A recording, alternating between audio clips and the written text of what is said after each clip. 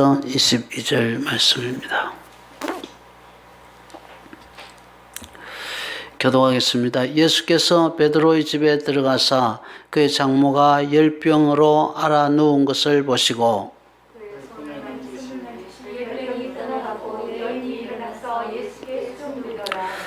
저물매 사람들이 귀신 들린 자를 많이 데리고 예수께 오거늘 예수께서 말씀으로 귀신들을 쫓아내시고 병든 자들을 다 고치시니 이는 선지자 이사야를 통하여 하신 말씀에 우리의 연약한 것을 친히 담당하시고 병을 짊어지셨도다 함을 이루려 하심이더라. 예수께서 무리가 자기를 애워싸는 것을 보시고 건너편으로 가기를 명하시니라. 한 서기관이 나와 예수께 아뢰되 선생님이여 어디로 가시든지 저는 오늘이이다.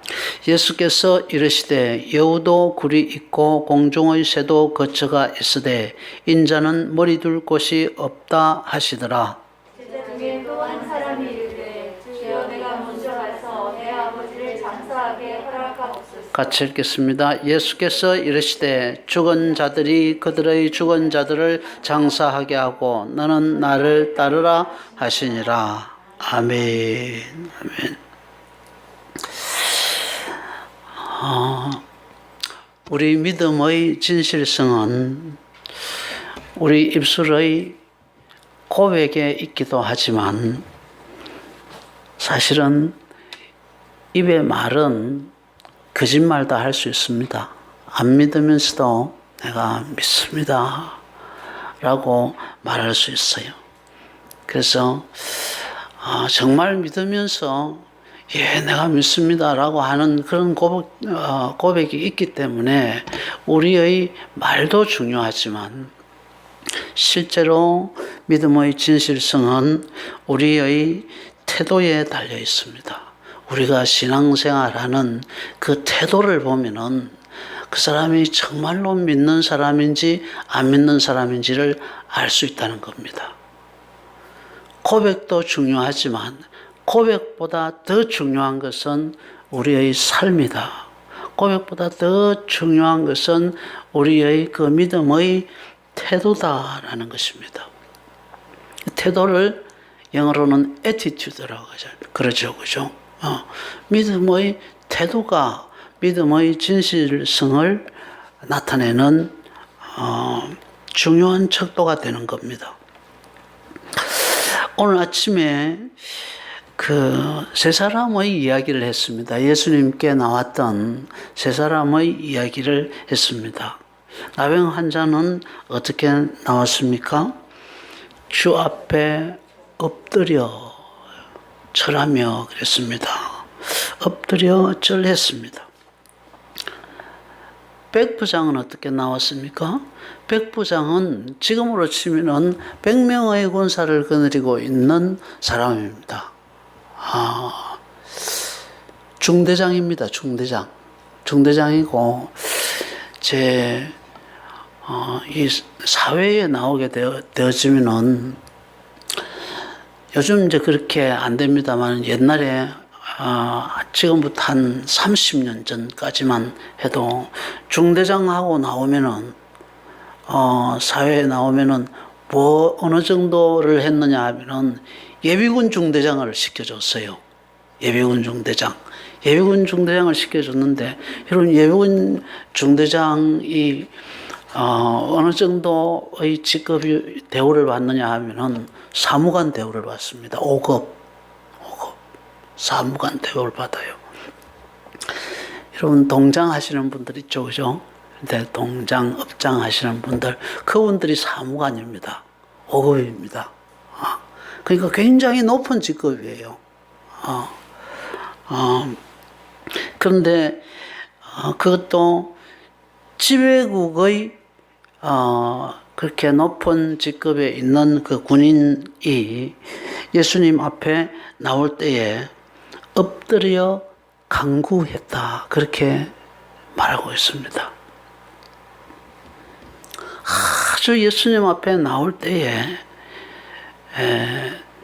이 나병 환자도 절하며 나왔고 그리고 백부장도 엎드려 간구하며 나왔습니다.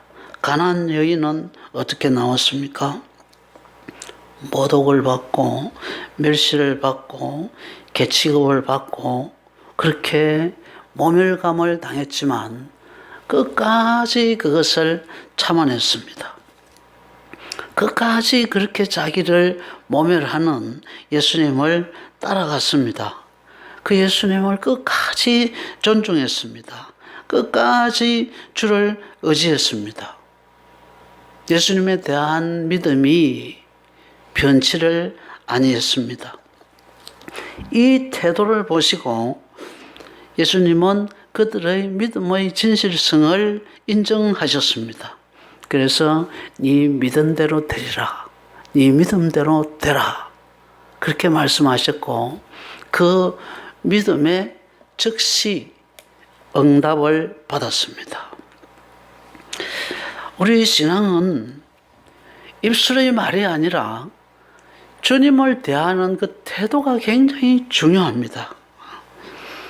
신앙의 좋은 태도를 여러분 가지시기를 바랍니다. 신앙생활을 하면서 말도 중요합니다. 고백도 중요하지만 태도가 더 중요하다고 하는 것을 기억하시고 좋은 태도를 가지셔서 주님이 보실 때에 저 사람의 신앙생활을 하는 모습을 보니까 저 사람의 신앙생활하는 태도를 보니까 저 사람의 신앙은 진실하다. 그래서 네 믿음대로 되라, 네 믿은 대로 되라. 그 말씀이 여러분들에게 즉시 이루어져서 여러분의 생활 가운데서 신앙의 신비를 체험하게 되시기를 주님의 이름으로 축원합니다. 오늘 이제 우리가 방금 읽은 그 본문을 보면은 예수님께서 많은 병자들과 귀신 들린 자들을 고쳐주십니다. 14절에 보면은 베드로 장모의 열병을 고쳐주셨습니다. 그죠?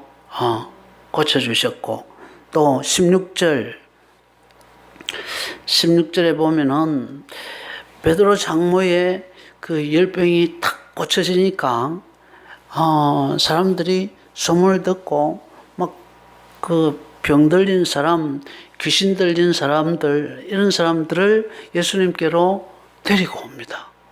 데리고 오니까 예수님께서 하나하나 이렇게 안수해서 고치신 것이 아니라 그냥 병든 자들을 보면은 저 사람이 무슨 병이 암이 들렸는지, 저 사람이 감기가 들렸는지, 코로나19가 걸렸는지 예수님 다 아시는 거죠. 하나님이시니까. 그래서 귀신 들린 자는 귀신을 나가라 말씀하시고, 코로나19 들린 자들은 코로나19는 떠나가라 라고 말씀으로 귀신들을 쫓아내시고 병든 자들을 다 고쳐주셨습니다. 그러니까 예수님 주변에 수많은 사람들이 이제 몰려들기 시작한 것입니다. 사람들이 예수님에게 몰려왔다고 하는 것은 예수님의 인기가 올라갔다는 것입니다. 그죠? 예수님의 인기가 올라갔습니다. 연예인들은 인기가 떨어지면 어떻게 되나요? 끝납니다. 그죠? 연예인들은 인기가 떨어지면은 그것으로서 연예인의 생명은 끝납니다. 그래서 연예인들은 인기가 떨어지게 되어지면은 허무감도 느끼고 또 우울증도 앓게 되어지고 자살하는 그런 사람들도 생기기도 합니다. 왜냐하면 연예인들은 대중의 인기를 먹고 사는 그런 직업을 가진 사람들이기 때문입니다. 그런데 연예인이 아닌 목사도 그래요. 연예인이 아닌 목사도 성도들이 따라주면은 기가 펄펄 삽니다. 성도들이 막 많아지고 성도들이 막 따라주잖아요. 그러면은 내가 준비하지도 않았는데 내가 생각하지도 않은 말들이 여기서 막 풍풍 튀어나옵니다. 여러분 그거 왜 그럴까요?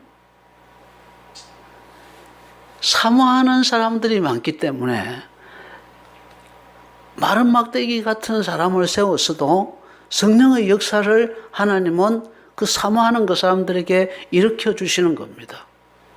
그래서 연예인이 아닌 목사들도 막 인기가 올라가고 사람들이 아멘 아멘 하고 사람들이 많이 모이면 설교가 예상외로 잘 됩니다. 설교가 예상외로 더 잘 돼요. 기가 펄펄 삽니다. 큰 교회 목사님들이 기가 펄펄 살아가지고 작은 교회 목사님들을 선후배를 막론하고 막 밑으로 아래로 이렇게 내려다보는 이유가 성도 옆에 주변에 우군이 많다는 거예요. 지지해주는 우군이 많다는 거예요. 그래서 기가 펄펄 사는데 성도들이 안 따라주면은 목회자가 연예인이 아님에도 불구하고 기가 팍 죽습니다. 목회자는 그렇게 살아야 될 존재가 아님에도 그렇게 되어집니다. 예수님처럼 사람들이 예수님의 그 어려운 설교를 듣고 아이 도대체 이해 못하겠다. 무슨 말을 하는지 도대체 말도 안 되는 소리 더 이상 못 들어주겠다. 그러면서 다 가버리잖아요. 요한복음 6장에 보면은 그죠? 다 가버릴 때 예수님이 뭐라고 이야기합니까? 너희도 가려느냐? 갈 테면 가라. 그렇게 예수님 말했습니다. 그런데 목회자들은 그렇게 자신 있게 말하지 못합니다. 왜 그럴까요? 그랬다가는 욕을 바가지로 들어먹기 때문에 그렇습니다. 요즘 성도들은 베드로처럼 또 그때 아무리 믿음이 없었지만 예수님을 따라가기로 굳게 결심했던 그 제자들처럼 영생의 말씀이 주께 있사오니 우리가 어디로 가오리까 그렇게 말하는 성도는 없어요. 갈 테면 가시오 라고 이렇게 말하면은 그래요. 당신보다 더 세련된 목사, 더 좋은 목사는, 더 좋은 교회는 얼마든지 많이 있다. 지금까지 다녀준 것만으로도 억울하다 하면서 다 가버립니다. 그렇게 나올까 싶어서 말하지 못하는 겁니다. 목사가 그러면 안 되겠죠, 그죠? 목사는 그러면 안 됩니다. 할 말은 해야 됩니다. 목사가 하나님이 시키는 말은 해야 되죠. 내가 사람의 눈치를 보랴? 하나님의 눈치를 보라. 내가 사람을 기쁘게 하는 사람이라면 주의 일꾼이 아니로다. 갈라디아서에서 사도 바울은 그렇게 이야기합니다. 사람이 좋아하는 말만 하는 그 사람은 하나님의 일꾼이라고 볼 수 없습니다. 그럼에도 불구하고 마음대로 말을 못하는 겁니다. 하나님이 이 말씀을 하기를 원하시는데 그 말씀을 과감하게 못한다 이거예요. 갈 테면 가라 이렇게 말하지 못하는 겁니다.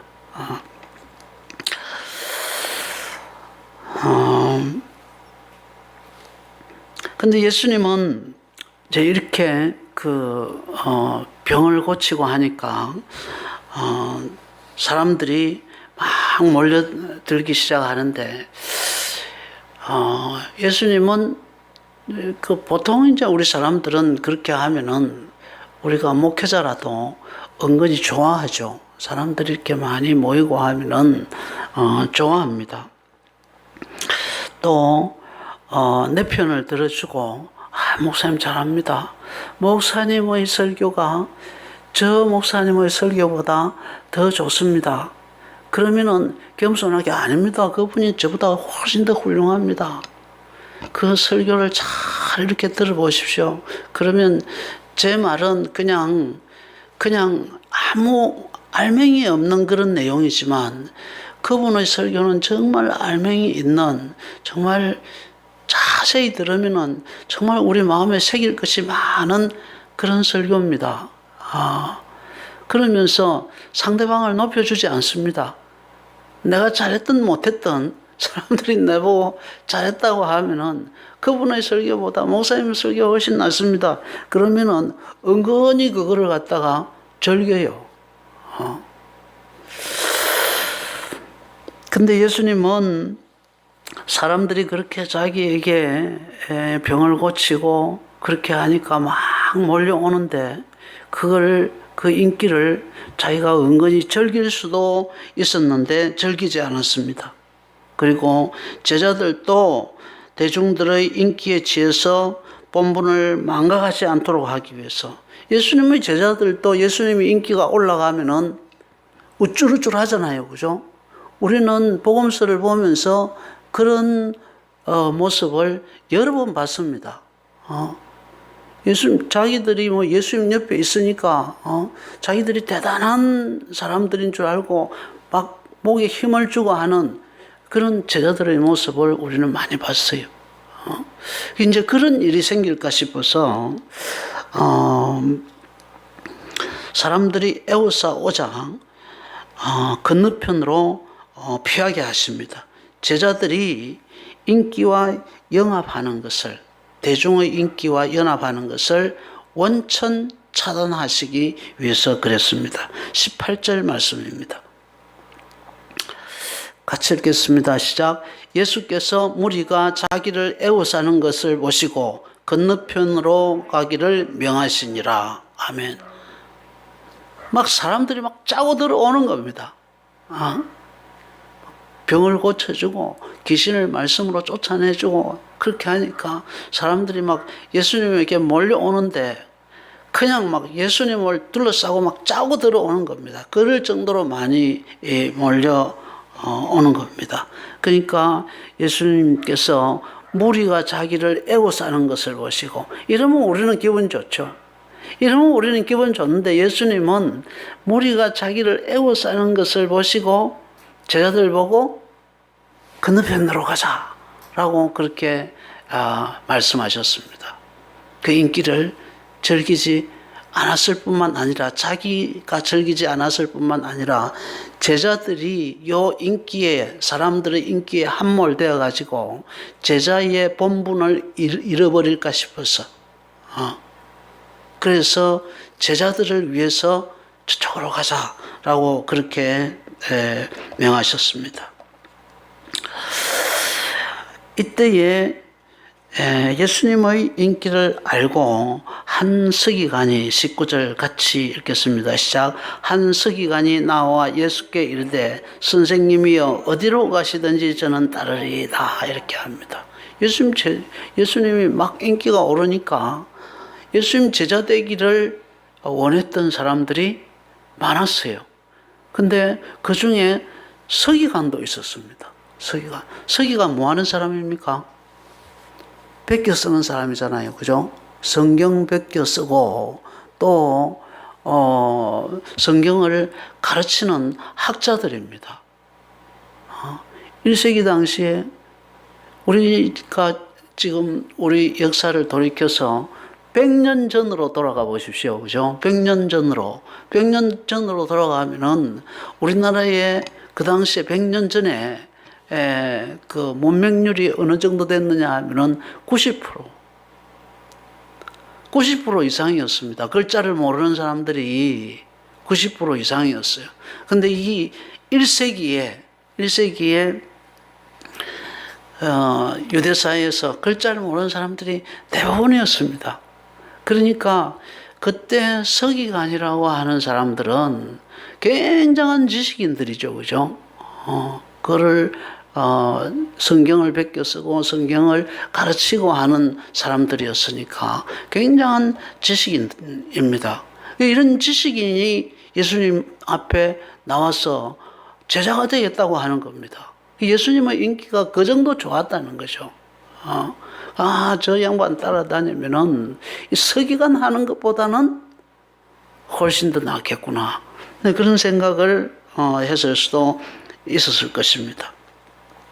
그래서 선생님, 선생님이 어디로 가시든지 저는 따르겠나이다. 그러니까 예수님의 대답이 여우도 굴이 있고 공중에 나르는 새도 그 집이 있거늘 인자는 머리 둘 곳이 없다. 그렇게 대답하십니다. 이 말씀의 의미는 제자의 삶이 고달프다는 겁니다. 내 제자가 되는 것은 고달프다는 겁니다. 제자의 삶은 자네가 생각한 것만큼 화려하지도 않고, 이 사람 지금 이것만 해도 이 글자 몇 개 쓰고 성경 가르치는 것만 해도 사람들에게 굉장히 존경받는 그런 위치입니다. 근데 예수님을 보니까 예수님의 제자가 된다고 하면은 이것보다 더 나을 것 같다 하는 아마 그런 생각을 했던 것 같아요. 예수님 바로 그 서기관의 마음을 바로 읽어버린 겁니다. 그래서 공중의 새도 집이 있고, 그리고 또 뭡니까? 여우도 굴이 있지만 나는 머리 들 곳이 없다. 자네가 생각하는 것만큼 제자가 된다는 거, 내 제자가 된다는 거, 그렇게 화려한 것도 아니고 영광을 누리는 자리도 아니다. 네가 세상적으로 생각하는 그런 자리가 아니다라고 말씀하는 겁니다. 복음성에 보면 오늘은 이곳 내일은 저곳 주복음 전하리, 그런 찬송이 있습니다. 그죠?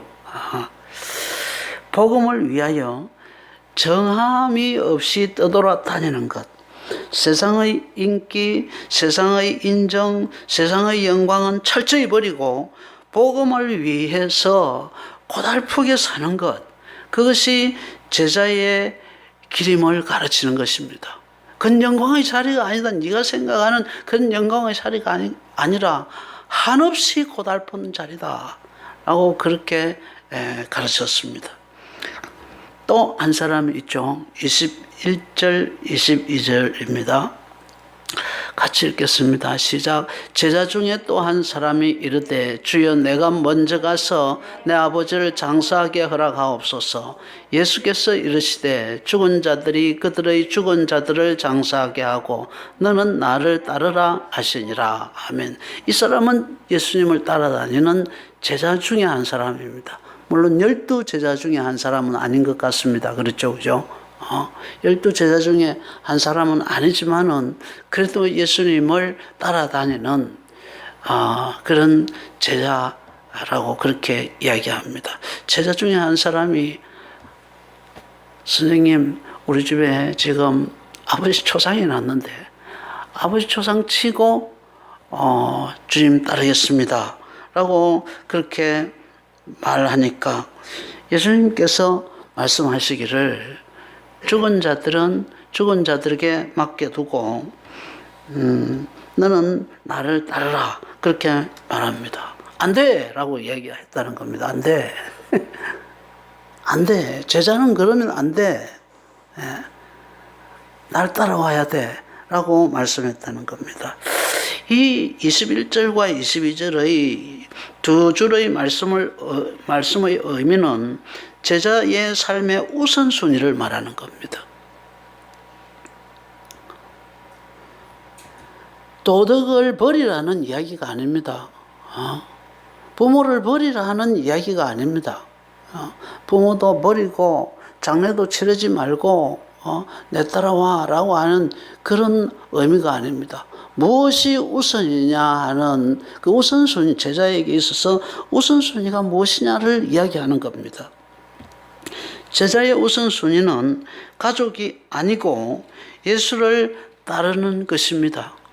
영혼 구원이 우선순위이고 복음 전파가 우선순위인 것입니다. 오늘 이 두 사람의 예는 성도들이 예수를 믿으면서 가장 경계해야 될 것은 무엇이고 가장 긴급히 해야 할 일은 무엇인지를 가르쳐 주는 것입니다. 무엇과 무엇을 가르쳐 준다고요?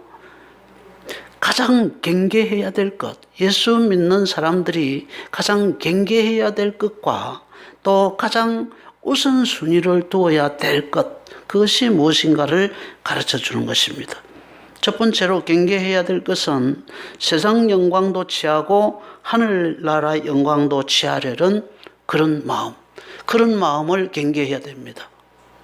이 서기관은 이미 세상의 영광을 가지고 있는 사람입니다. 그죠? 이미 세상의 영광을 가지고 있는 사람이에요. 그런데 예수님 따라다니면서 또 다른 영광, 하늘의 영광도 가지려고 했던 그런 마음을 가졌습니다. 그걸 경계하라는 겁니다. 인자는 머리 둘 곳이 없다. 천국의 상을 받으려고 하면은 그는 버려야 된다는 것입니다. 그 생각을 버려야 된다는 겁니다. 세상 영광은 철저히 버려야만 천국의 영광을 취할 수 있다. 신앙의 삶이 피곤하고 세상에서 냉대를 받아도 하나님이 주실 상을 위하여 세상 영광을 버려야만 제자가 될 수 있다는 것을 이야기하는 겁니다. 두 번째로 제자에게 우선순위, 가장 긴급한 일에 대해서 이야기하시는데, 제자에게 가장 긴급한 일은 가족이 아니라 복음 전파이고 영혼 구원이라는 것입니다. 가족을 버려두고 예수님이 가자는 대로 주님과 같이 가는 것, 그것이 제자에게 가장 중요하고 가장 긴급한 일입니다. 예수님께서 부르신 제자들을 보십시오. 예수님께서 부르신 제자들, 요한, 베드로, 야고보, 이런 사람들 보십시오. 또 세리, 마태, 이런 사람들을 보십시오. 어떻게 합니까? 예수님이 부르니까 자기 일터에서 일하다가 그물을 버려두고 생업을 버려버린 겁니다. 주님의 제자들은 정말 그 사람들은 못났지만 제자로 불렀을 때에 주님 따라가는 것을 우선순위로 했습니다. 또 야고보와 요한과 야고보를 불렀을 때 그 아버지 이름 뭐죠? 세베대를 배에 남겨두고 이랬습니다. 그죠? 세베대를 배에 남겨두고 그렇게 이야기합니다. 거물을 버려두고 자기 아버지 세베대를 배에 남겨두고 그렇게 이야기합니다. 제자에게 가장 중요한 것은 가족이 아니라 가족을 버려두고 주님이 가자고 하시는 대로 가는 것, 그것이 제자의 길이다는 것입니다. 신앙생활을 하면서 하나님과 세상 사이에서 양다리를 걸쳐놓고 양수겸장을 노리는 어리석음을 버리라는 것입니다. 주님은 오늘 이 두 사람을 향해서 바로 그 이야기를 합니다. 세상과 하나님 사이에 양다리 걸쳐놓고 이쪽이 좀 잘못되면 이쪽으로 가고 이쪽이 좀 잘못되면 저쪽으로 가야지. 양수겸장을 치겠다는 그런 어리석음을 버리라는 것이고, 또 예수를 믿으면서 우선순위가 바뀐 삶을 살아왔다고 한다면 그것은 신앙이 변질된 것이다. 그것은 제자의 삶에 맞지 않는 삶이라는 겁니다. 그러니까 가족 중심, 가족 우선에서 영혼 구원 우선, 예수 우선으로 예수님을 따라 사는 그 삶을 우선으로 바꾸라. 그것이 제자의 삶이고 그것이 제자의 우선순위고 제자에게 가장 긴급한 일이고 또 제자가 가장 경계해야 할 일이다 라고 우리에게 가르쳐 주십니다. 지금부터라도 우리의 우선순위가 잘못되었다고 한다면 또 우리가 경계해야 할 것을 우리가 잊고 있었다고 한다면 양다리를 걸치고 있는 이 경계해야 할 이런 것을 우리가 모르고 일정 부분 여기도 다리 걸치고 저기도 다리 걸치고 그렇게 신앙생활을 했다고 한다면 지금부터라도 저나 여러분이나 그것을 끊어내시기를 바랍니다. 한쪽 다리를 완전히 끊어버리시기를 바랍니다. 끊어버리시고 또 마음이 가족 우선, 가족 중심에 있었다고 한다면 예수 따라가는 것, 예수님을 따라가는 것, 예수 우선으로 바꾸시기를 바랍니다. 그래서 참된 제자의 길을 지금부터라도 시작하는 저와 여러분들이 되시기를 주의 이름으로 축원합니다. 주님 말씀하시면 요 찬송 나옵니다. 같이 한번. 주님 말씀하시면 내가 나가리다. 주님 뜻이 아니면 내가 멈춰서리다. 나의 가고 서는 것 주님 뜻에 있으니 오 주님 나를 이끄소서. 주님 말씀하시면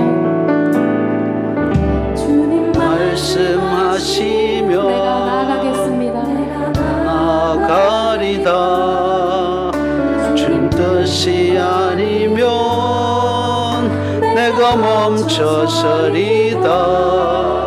나의 가고 서는 것 주님 뜻에 있으니 오 주님 나를 이끄소서.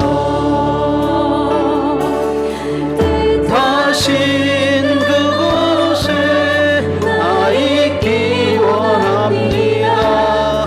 이끄시는 대로 순종하며 살리니 연약한 내 영혼 통하여 일하소서.